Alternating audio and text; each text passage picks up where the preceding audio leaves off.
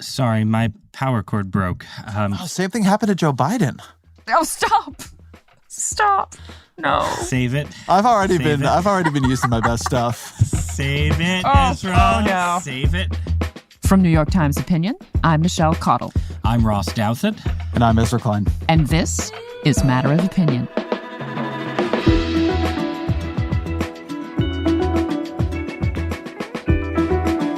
All right, it is currently 10:55 p.m. on the East Coast, and we have convened to discuss the first and possibly only presidential debate of 2024. For this occasion, as you have heard, we are teaming up with someone whose voice you may recognize, columnist and host Ezra Klein. Welcome, Ezra. It's good to be here on this most cursed of all nights. It's so nice to be here with you, Ezra. Here at the end of all things. No. You're getting ahead of ourselves. But I do want to get started here. First, give me some quick reactions. And keep it non-panicked, please. How are you feeling after watching this very special debate? Ezra? I think the problem is that Donald Trump seemed much more presidential than he did in 2020, and Joe Biden seemed much less. Months ago, I did this piece saying that Democrats should consider nominating an alternative candidate at the convention, which is something Ross has also argued, and is something... It mattered more when you said it, Ezra, let's be honest. Created a lot of dissension among Democrats. And the argument was that something like this might happen, that as much as Democrats feel, and I would agree with this, that Joe Biden has been making good decisions as president, and in that respect seems able to do the job, that he was no longer able to perform the job very effectively. He was skipping the Super Bowl interview. He was not giving many interviews. He had just given the disastrous response to the special counsel report, which implicated his memory. He was not seeming up to campaigning for the job. He then gave a pretty strong State of the Union. His voice was strong. He seemed very energized, very vibrant. But the fear that I had at that time and continued to have in the ensuing months was that he has good days and bad days, and a campaign is long. And the debate was a bad day. And it is bad to have a bad day on the debate. And on the other side, Trump, who is a very erratic performer himself, was much stronger than I've seen him in previous debates. He was crisp. He said a lot of things that were straight bullshit, that were brazen, that were bizarre. But he was much more in control. He was able to stop himself from talking in a way he couldn't in 2020. He was quite clear in most of his answers. There were exceptions to that for both of them. And I was occasionally checking in on reaction, and I'm watching Democrats fall into a complete panic tonight. Oh, yeah. Before we get into the ensuing panic, Ross, what about you? Same sort of take? I mean, Ezra's being very modulated, I would say, in his entirely accurate description of the worst performance for a contender for the presidency in a major debate. You know, since the little-known time that Andrew Johnson drank too much moonshine at a... No, I'm sorry. No, I mean, this was, short of... I don't even want to say short of. I mean, this was the worst. Biden appeared to be, as I think we should just say he is, too old to be running for president of the United States. And, you could say he has a cold. I think that was put out. Listeners can hear that I myself have a cold at the moment. I've had one for a little while. It's a bad cold. I'm also running on very little sleep. I have a newborn child, and I'm pretty sure that I am more equipped to be president of the United States than Joe Biden based on that performance. I honestly think, we can sort of dig into the back and forth of the debate, and I agree with Ezra that Trump was, by his standards, quite strong in certain ways. Some of his answers being, this being Donald Trump, were, ridiculous nonsense, wild exaggeration, and so on. I think you could say he did, he did his job in terms of prosecuting the case against Biden, saying, the world is less safe than when I was in charge. The border is less secure, and inflation was low when I left, and now it's high. I mean, that's his argument. He made it. But really, the Trump part of the equation is just not the important part here. The important part of the equation is Joe Biden still going to be the Democratic nominee? And if he is, the Democratic Party is derelict in its duty to the United States of America. I think that's the only takeaway. Okay, we're definitely going to get to those questions. But I mean, I would like to disagree or be the kind of ray of sunshine in this discussion, but I can't. I've tried. I've sat here. I'm like, well, what can I say that's going to put a positive spin on this? So I do think that, ordinarily I feel a little bit bad when I come out of these debates because I listen to the policy discussions or I listen to kind of the substance. And then I'm like, well, people aren't looking for that largely. They're looking for how the candidates sound and, how they're looking and how they're. In this case, I am betting that America had a hard time following any of the substance in this debate. It was all about what was a truly hot mess of a performance by the President of the United States. And I'm just not sure that anything they said in terms of policy or substance matters. Well, let me try to pull out what I think went very awry in Biden's argument on substance, because I don't think the problems for Biden were purely stylistic.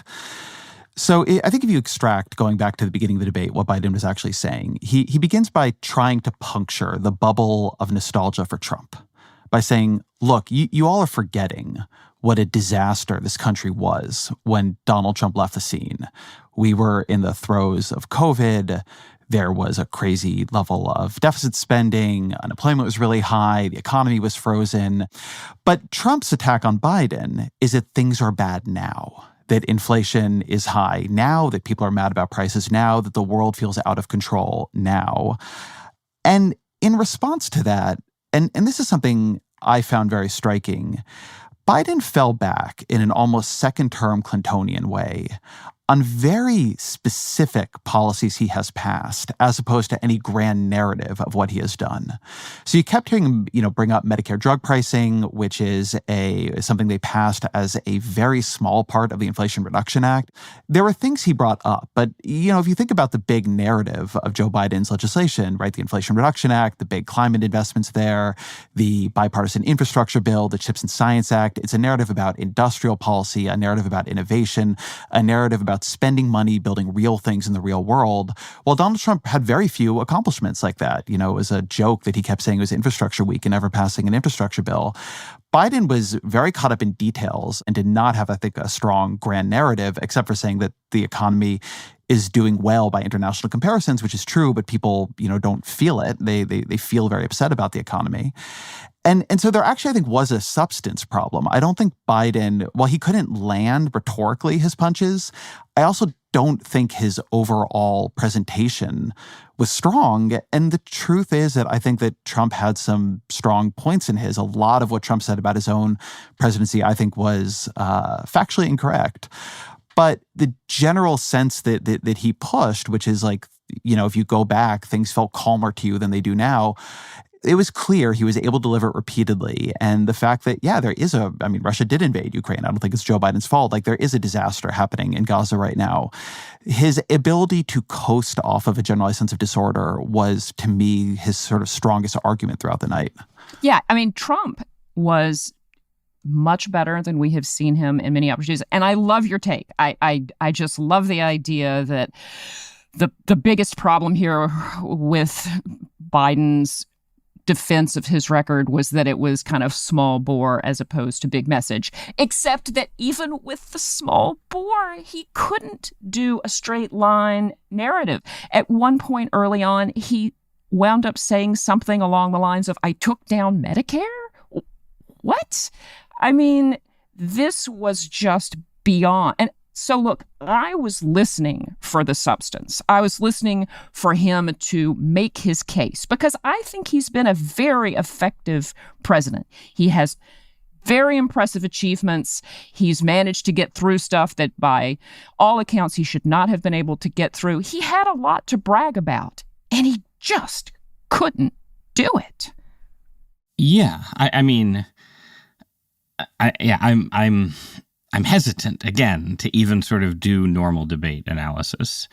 I would endorse most of what you said, Ezra. I think Trump had clear lines of attack against Biden based on big things that have happened since Biden took office that people don't like.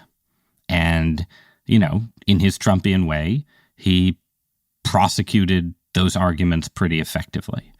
Biden, I think that there's a real disconnect between the sort of pro-Biden arguments about how many bills he's passed and how the American public actually views his presidency, right? So I think it's hard for Biden to come out and brag about specific pieces of legislation if Trump can just counter and say, Americans care way more about the inflation rate than your long-term investments in science and technology, right? Like Biden would have had to do more than that. And the more that he would have had to do would have been essentially a stronger prosecution of the case against Trump around January 6th, a stronger prosecution of his arguments on foreign policy that however bad the world is right now, Trump might make it worse.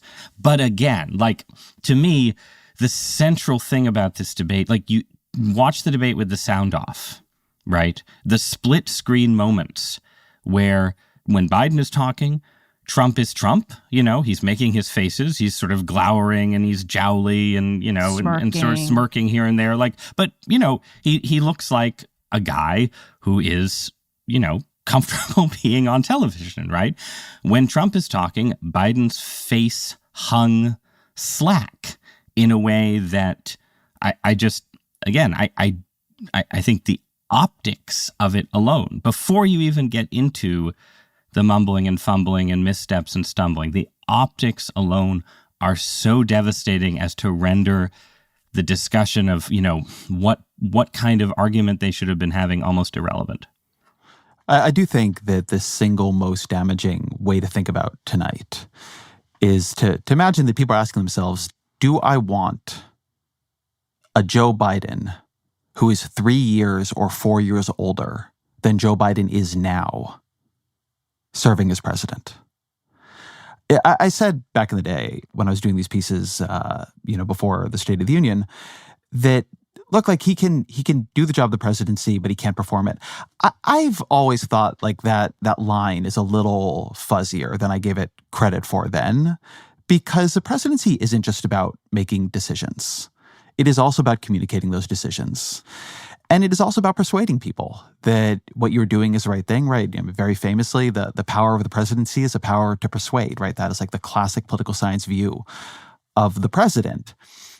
For Biden's communication capabilities to deteriorate as they have, and this idea that he has a cold tonight, we've all seen Joe Biden appear like this before, many times. His answers were cogent. This is not a guy who's senile, but this is not a guy who I think most people would look at up on the stage and say, I am confident that 3 years from now, he should be getting woken up in the middle of the night to handle international crises. That I am confident that 2 years from now, if you put him in a room with a bunch of wavering, moderate Democrats or possibly gettable Republicans, that he's going to be the guy who can make the argument to win them over.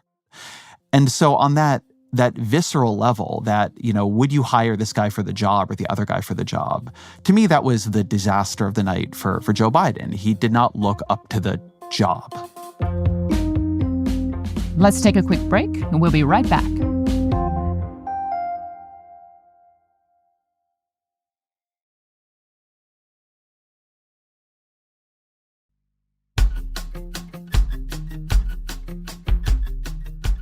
At 10 minutes in, people had stopped listening to the details. My phone was blowing up with people panicking. We're not going to sit here and talk about whether he's senile or, kind of the definition of cogent. His answers weren't comprehensible.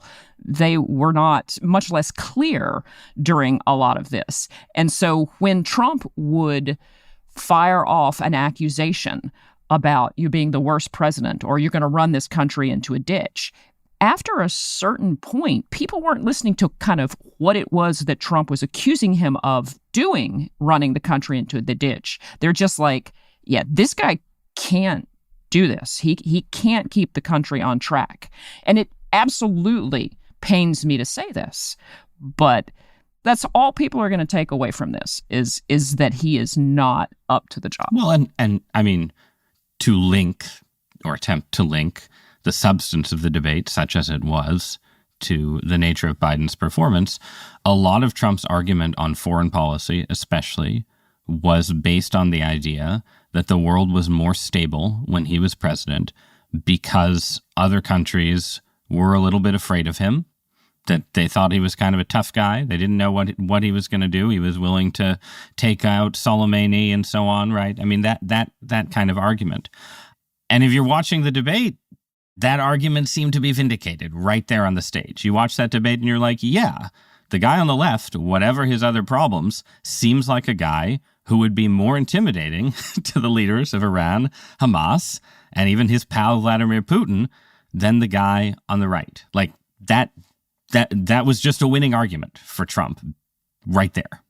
Yeah, I do just want to tour for a minute on some things Donald Trump actually said, because I think the one thing I don't exactly want to say is that the only thing that was happening up there was Joe Biden was turning in a poor performance. Because I thought that it was interesting the way Trump portrayed things. So some of it was just like infuriatingly wrong. So for instance, at one point he's like, before COVID, we were having amazing numbers on addiction, right? Like nobody had ever seen these numbers before. Nobody had seen those numbers before in the sense that they were at that point a record high for drug overdose deaths. And it kept going up post-COVID. But, you know, there are a lot of things Donald Trump just said in his kind of Donald Trumpian way that were just completely in outer space. You know, when he said that everybody wanted abortion sent back to the states. Everybody, liberal, conservative. Well, I kept waiting for him to say that Joe Biden wanted it, right? Because that was what I was expecting, because in fact, Joe Biden was moderately pro-life once upon a time. There was a period when Joe Biden Biden made this argument. Look, he was lying like a dog. So he was lying constantly. It was really frustrating to me. I just did a whole podcast about Trump's tariffs and deportation proposals. I mean, Trump at this time of high inflation has an agenda that would unambiguously send prices skyrocketing, right? You're going to attach a 10% tax to any material of any kind imported from anywhere, add a 60% one to anything from China. That'll drive prices up. Mass deportation would drive prices up, right? You know, there was so much there. I mean, Trump really did play this one on vibes, right? Like the border is a disaster. Inflation is a disaster. The world is disordered. And there was Biden was not capable of peeling apart what Trump is actually proposing or doing, which again, to me is a real problem. I mean, Democrats should not be trying to make this election easy for Donald Trump by giving him somebody who makes him look young in comparison and can't prosecute the case. But it's also, I think, just worth saying that, yeah, like Trump's portrayal of his own approach to things was often just totally bizarre. Look, he is pathologically dishonest, and it became pretty clear very early on that he realized that Biden was not in a position to counter anything he was going to say. So his exaggerations, his lies, his misstatements, his spin just got worse and worse and worse throughout the debate. It's just Biden was unable to kind of muster a straightforward pushback. I mean, he kept saying over and over again, the idea. I mean, that was every response was the idea. Yes, we understand. The idea is shocking and absurd, and that is why you need to come back at it. But that was off the table. But it's not, I mean, frustration is one emotion that one could feel, but you know, I mean, we've had a lot of conversations over the last 8 years about the ways in which Donald Trump is unfit for the presidency.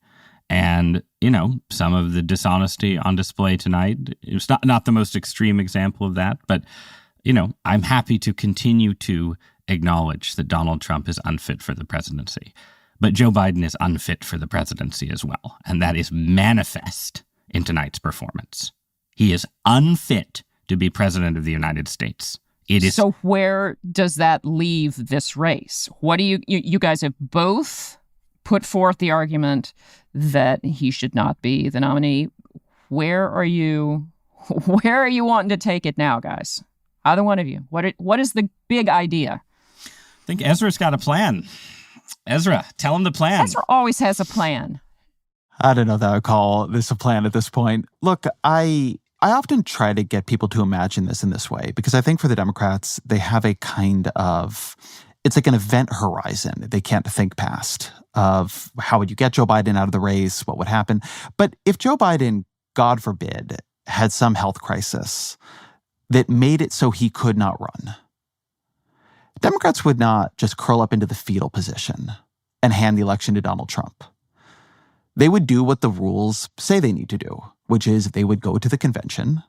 Between the moment that happened and the moment of the convention, the people who imagine themselves as plausible Democratic nominees for president would give speeches and go on CNN and do town halls and, say things on social media and go talk to state Democratic delegations and try to do the kind of convention campaigning that was how nominations were won for most of American history till the late 60s and early 70s.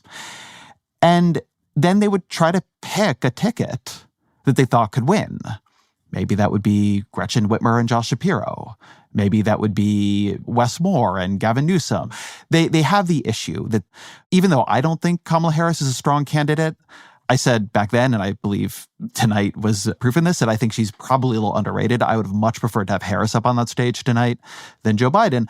But because they don't believe Harris is a strong candidate, because they can't see a way around nominating her that they don't think would fracture the party, but there is nothing conceptually impossible about going to a convention. You have months, which is like how this used to happen.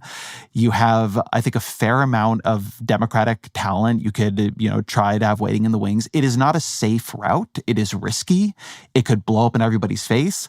But at this point, the Joe Biden plan is blowing up in everybody's face, right? I think you are very close to a situation, which is you can lose with Joe Biden or maybe lose with someone else. But if the fate of American democracy is hinging on this election, as Democrats are always telling me it is, and as I think there is a chance that it is, then you should do everything you can to win it.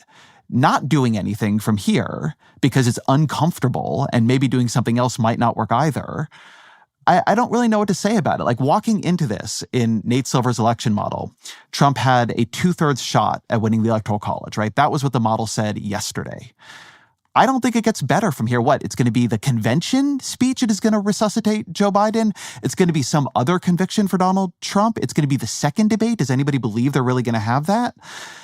I don't. At some point, Democrats have to decide if they want to try to win this election or it is simply too uncomfortable for them to do anything but be on this train as it derails. But right now, it feels to me like the train is derailing. And like one last thing, and I know I'm ranting a bit, but it's been bothering me. The voters have been telling Democrats this whole time that Joe Biden is too old. It has been true in every single poll anybody has run at any time. And Democrats keep telling the voters they're wrong. And you just can't do this when they can see it. You can't do it when it's visible. In fairness, Democratic voters did have a chance to vote for Dean Phillips, right? I mean, over smirking over Biden. Stop. He gets the nomination. Right? Isn't those are the rules. You're enjoying this way too much. You know what? I'm actually not enjoying this. No. I am enjoying it. You have to look, I have spent the Trump era arguing with people who take the situation with Donald Trump as president extremely seriously and suggesting that you need to see the absurdist side of it. And so in this situation, too, I think it is important to see the absurdist side of this spectacle, right down to what we haven't even talked about, the great golf handicap debate that closed out this debate for the ages. I refuse to talk about the golf handicap debate. Oh, my God. No, guys. So that's all amazing. But look, Ezra just made a really strong pragmatic case, right, for how the Democrats need to, try to win this election. can't let Trump get in. Biden's going to lose. If he goes on like this, he's going to lose. But there's also just the same kind of case that was made against Republicans who went along with Trump should be made against Democrats who go along with Biden now. Biden is a different kind of danger to the U.S. than the instability of Trump, but it is a dangerous thing for the United States of America to consider re-electing the man we saw on stage to the presidency at an extremely dangerous moment in world history. It is morally bankrupt for the Democratic Party to go forward with this man as president. And that has to be said as well. But it's also funny. It's also a little funny.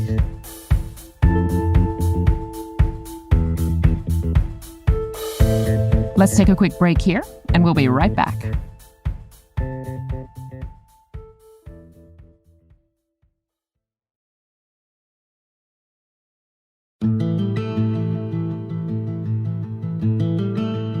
So I have been excruciatingly aware and had many discussions about all of the kind of logistical challenges that people have talked about. Like, when you push out an incumbent president, you are just asking for a world of hurt.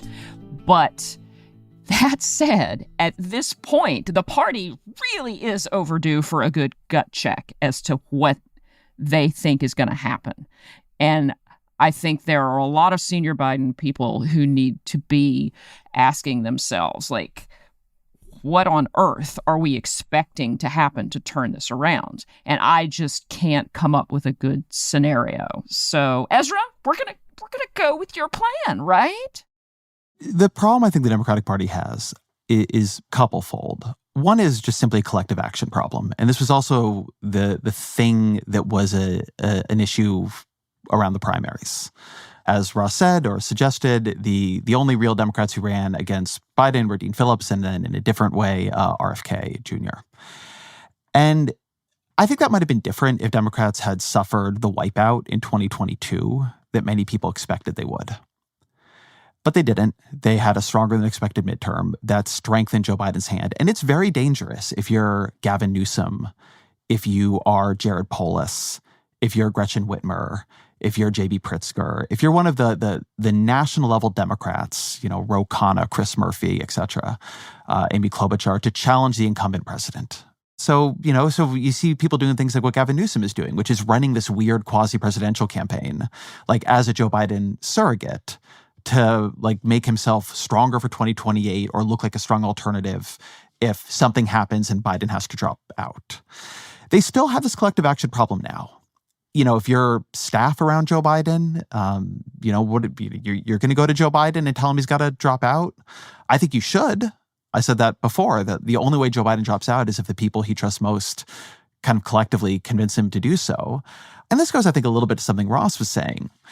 There's this argument about Biden, and I think it has been in many ways a true argument about Biden. He's a patriot. He's a very decent man. He cares a lot about the country. He's been in public service his whole life.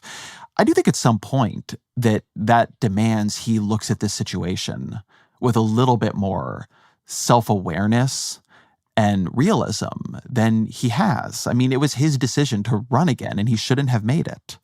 Does he want to be Ruth Bader Ginsburg, right? Who did amazing things for the country, did amazing things for liberalism, but wiped out that legacy and more by refusing to retire while Democrats still had the Senate. And people saw that coming. I was one of many people who wrote a piece saying Ruth Bader Ginsburg should retire, and she didn't. And the cost of that arguably was Roe. And Joe Biden, too, might end up in the same position. Like, if Trump is as dangerous as he says he is, then Biden has to help the party figure out how to beat him. And if that's not through him, then you help them figure out and you clear the way for whom it is. If you think Kamala Harris cannot win, then you try to talk to her about that, right? Then I wouldn't want to do that conversation either if I was you. But if that is what they believe, right? If the thing a lot of people think about them is that they can't imagine doing anything because they're trapped by their belief that Harris isn't strong enough, well, then they're the one who picked her. It's on them to figure something out. Like, is this important or is it not? Like, that to me is like the thing that keeps coming up. Like, is it actually okay if Donald Trump wins? If it is, fine. But if it's not, then what? Then you got to do something. It's not just about Trump here, right? Like, Ruth Bader Ginsburg staying on the court. Had Trump not won, or had she not passed when she did, and had she become incapable of being a Supreme Court justice, her clerks would have written her opinions for her, and wouldn't have been ideal, but it wouldn't have been the end of the world.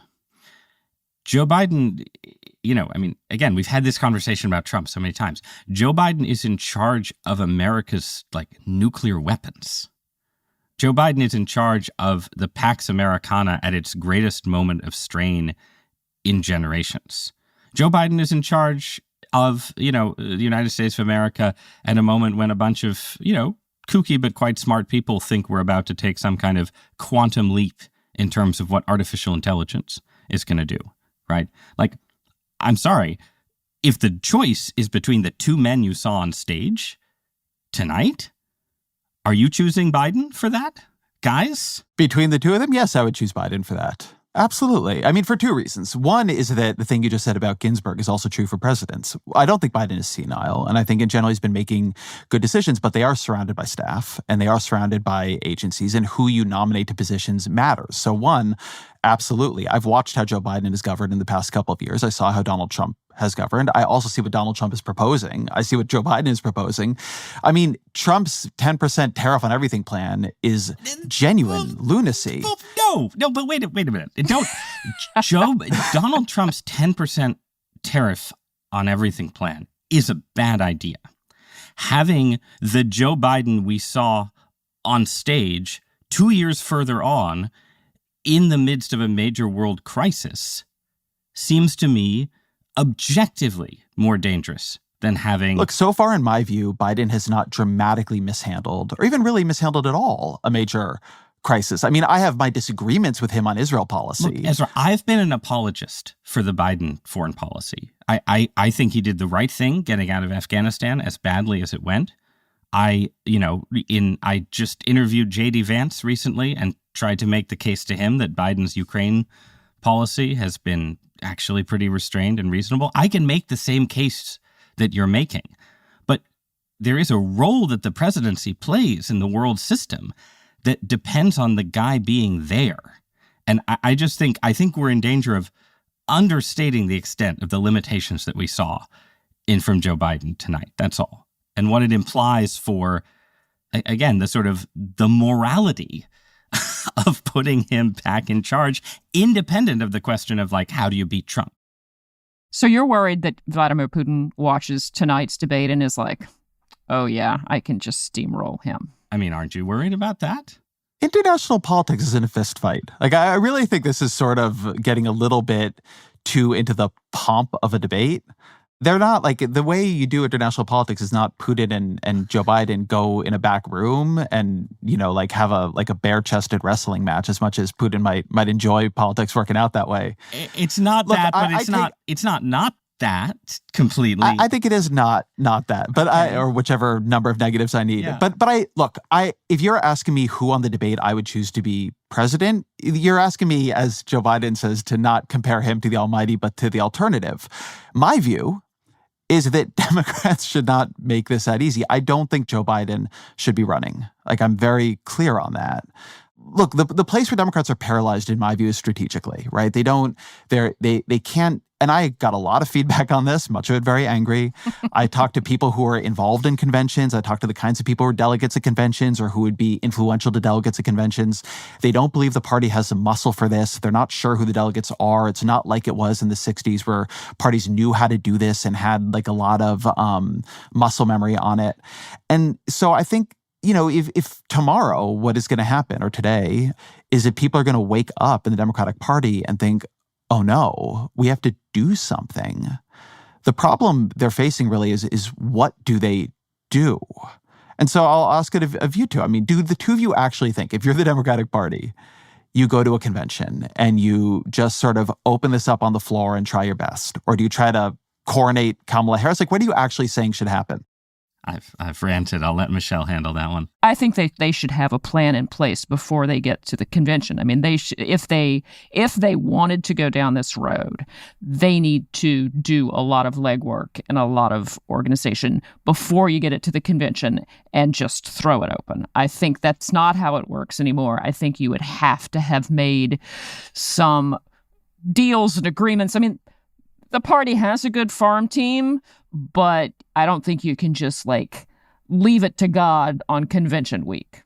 I think that, of course, if you're running the convention, if you're running the DNC, you obviously want to have some kind of plan. But the worst case scenario for, say, Biden does his duty, I think it is his duty, and stands aside. If he stands aside and endorses Harris, then it's just going to be Harris, right? Say he stands aside and doesn't endorse Harris. Say you go to the convention and it's the worst case scenario and it's chaos and so on, right? Still, the end point there is one of two things happen. Either Harris emerges as the nominee, which is still probably the most likely scenario, or one of the Josh Shapiro, Gavin Newsom, Gretchen Whitmer group somehow catches fire through some uncertain process and they become the nominee. Neither of those are the apocalypse for the Democrats, right? Nobody likes the unknown, but it's not like Dean Phillips is going to walk out of the convention as the nominee. It's either going to be Harris. Is there somebody that you would feel comfortable with, Ross? I mean, obviously you. Me? Well, and Ezra. First, again, I would feel more comfortable after tonight with Kamala Harris than with Joe Biden.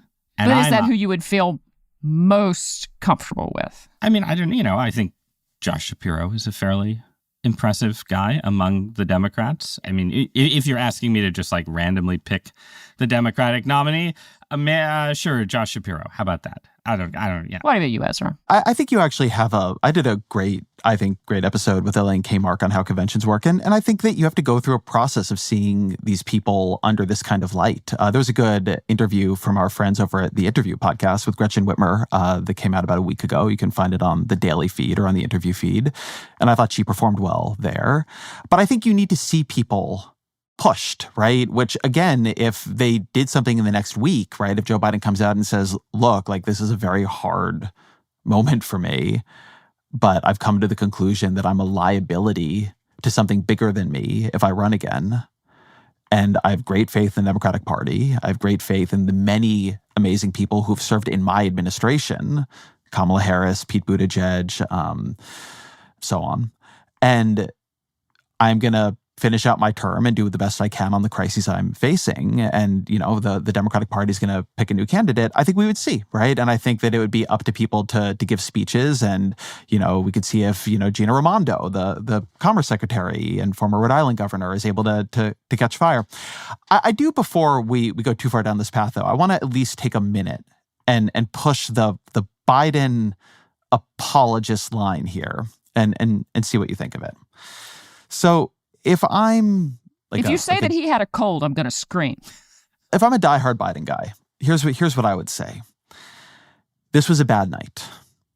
If you go back to 2012, Barack Obama, in the flower of middle age, has a quite bad first debate against Mitt Romney. I mean, it's an actual disaster for Democrats. They're completely freaking out. Chris Matthews famously gives his total panicked response right after on MSNBC.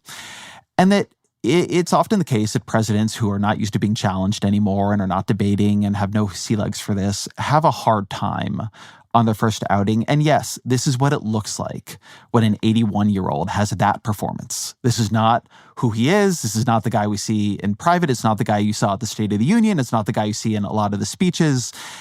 And he just got kind of knocked back, but he is the incumbent. The economy is improving. He's going to get better. This is going to knock some clarity into him, I guess. And, in the same way that people didn't completely lose their marbles after, Obama had a bad debate and fell behind Romney in the polls, they shouldn't do that with Joe Biden now. That all this debate stuff is, as people always would say at me, Aaron Sorkin fan fiction. And that, the party's got Biden. They've got to figure out what to do with him. And that, he can still have a big comeback at the second debate, which we're definitely going to have because, Because Trump's going to be up for that one. I think Trump 100% will be up for that one, actually. But, well, I would say 100%. I think he might. That's the Biden apologist line, I could imagine. You best start believing in Aaron Sorkin fanfic, laddie, because you're living in it. Sorry. Oh, that got weird Sorry, fast. I'm sorry. The meme had to come out. I totally take your point, Ezra. When everybody freaked out over Obama in the bad performance back then, I was like, that's a bit much. The problem as I see it this time is that this so fits the narrative of Joe Biden is too old and unfit. I mean, the best joke I saw going into this debate was that it was a wellness check for both of these guys, and I do not think the test results came back glowing. The attack is always bad, or the misstep is always bad when it fits with what people are inclined to believe anyway. It's what makes me think this one will have more legs than usual. I mean, but Obama lost a debate to Romney, like on points, right? That was just not what we watched here. I mean, I agree, again, with Ezra, that Biden also lost this debate on points, like to the extent that you scored the debate, Trump won on points, but that's not what we're talking about here. We're not talking about how, Trump landed some punches and Biden didn't exactly have a great response. We're talking, I mean, if you really wanted to push it, you could say, it's Ronald Reagan in the first debate with Walter Mondale, right, where Reagan seemed a little more out of it than Obama did, right? Like, I mean, if you want to stretch things, but yeah, I mean, Joe Biden is too old to be president. My last kind of thought is, do you really think any of this is going to happen? Like, I tend to think we can talk about this all night long. Ain't nothing big gonna shift. Like the Biden people are not they're gonna come out, they're gonna say everybody's being too hysterical, these things don't matter, he's up for the job, blah, blah, blah, whatever. I think the Democrats are the party of the media and the intelligentsia. It's pretty hard for a Democratic president to soldier on when he loses the media and the intelligentsia, no matter what his loyal staffers say. And my impression, it's 11:42 p.m. I'm just, watching TV and reading social media like the rest of you. You're just riffing. But my impression is that tonight Biden lost a really important part of his base, which is people who cover politics for a living.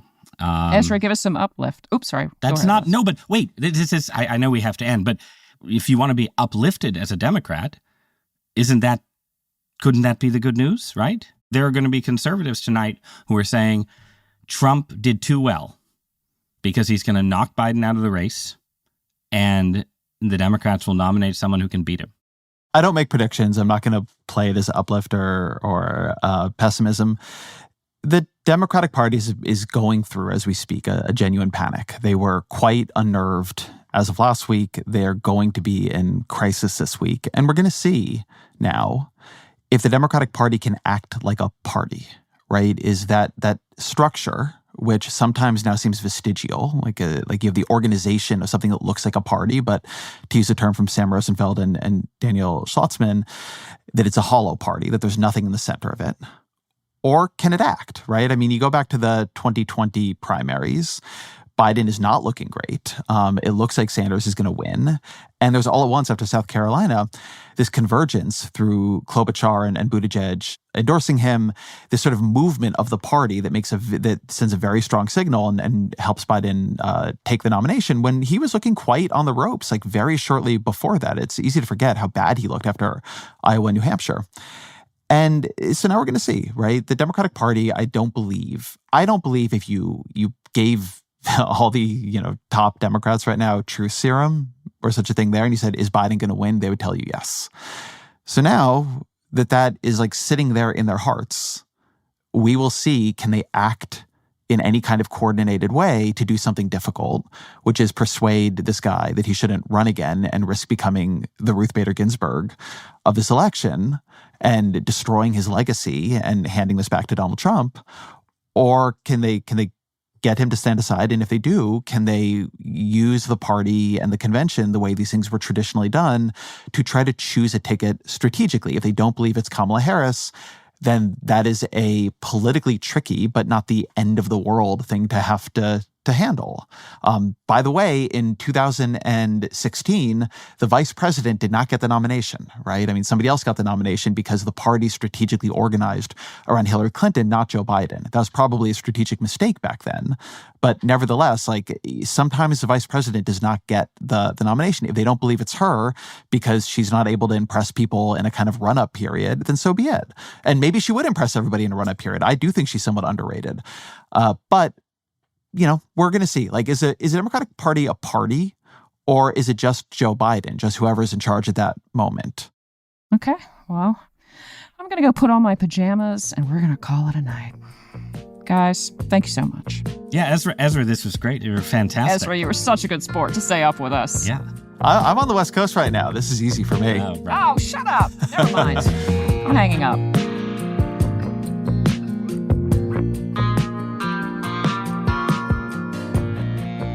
Thanks for joining our conversation.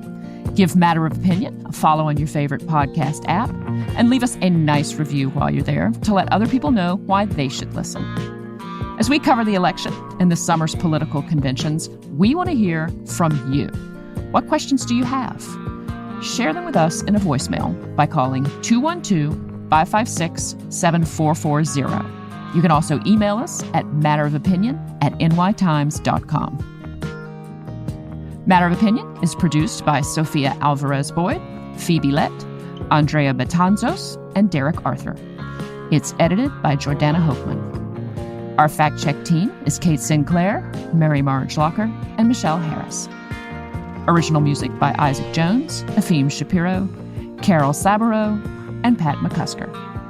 Mixing by Isaac Jones and Efim Shapiro. Audience strategy by Shannon Busta and Christina Samuelewski. Our executive producer is Annie Rose Strasser.